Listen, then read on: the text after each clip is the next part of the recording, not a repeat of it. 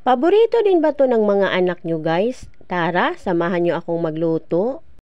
Dahil sa kakapanood ko ng reels na puro pagkain ang napapanood ko at dumadaan sa aking news feed, kaya ito gagawa din tayo ng makain natin.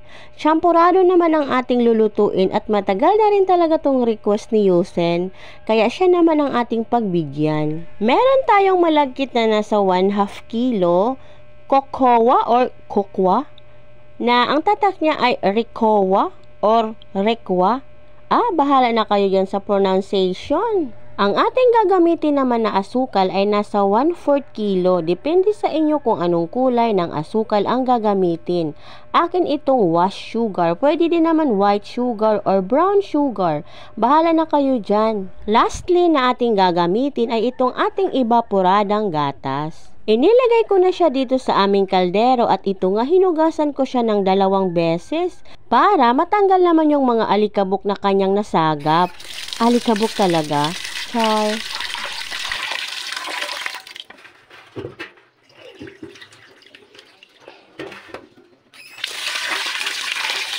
At nilagyan na natin ng tubig para sa pagpalambot. Eto na nga, ang bilis ko lang maluto. Nalagay ko na yung kokwa. Bago nyo pala ilagay ang kokwa dyan sa malagkit, imix nyo muna siya sa baso para hindi mamuo pag ibinuhos nyo na siya dyan. Nasa inyo din kung malamig na tubig ang inyong gagamiting pangtunaw ng kokwa o mainit na tubig. Ako kasi di na ako nakapag-init ng tubig, kaya ang ginawa kong pangtunaw ay yung tubig lang namin na iniinom. Finally, kain na tayo at excited na rin tong kumain ang ating alaga.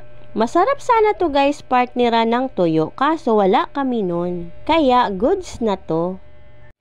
Pagkatapos ko ngang magluto ng merienda, ulam naman sa hapunan ng ating aasikasuhin.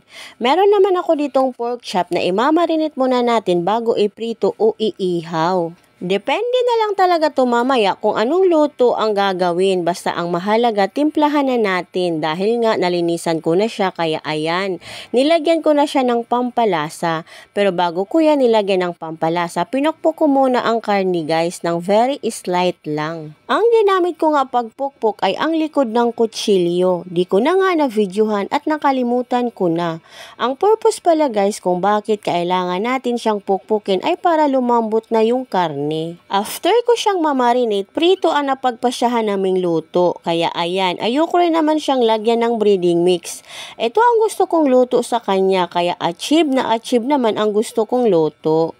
Meron na tayong sausawan na tuyo, sibuyas, kalamansi at kamatis. Mas masarap sana to guys kung may sili, kaso may bata tayong kakain. Kaya ganito lang muna ang ating sausawan. O siya, i-slice muna natin ito para madali na lang ang ating pagkain. Pwede rin naman sanang wag na i-slice, kaso mas masarap talaga naka-slice siya, hindi siya kaumay tingnan. At eto na, ready to serve na siya. Thank you so much sa inyong walang sawang suporta at panonood ng aking mga videos. Until our next video guys, bye!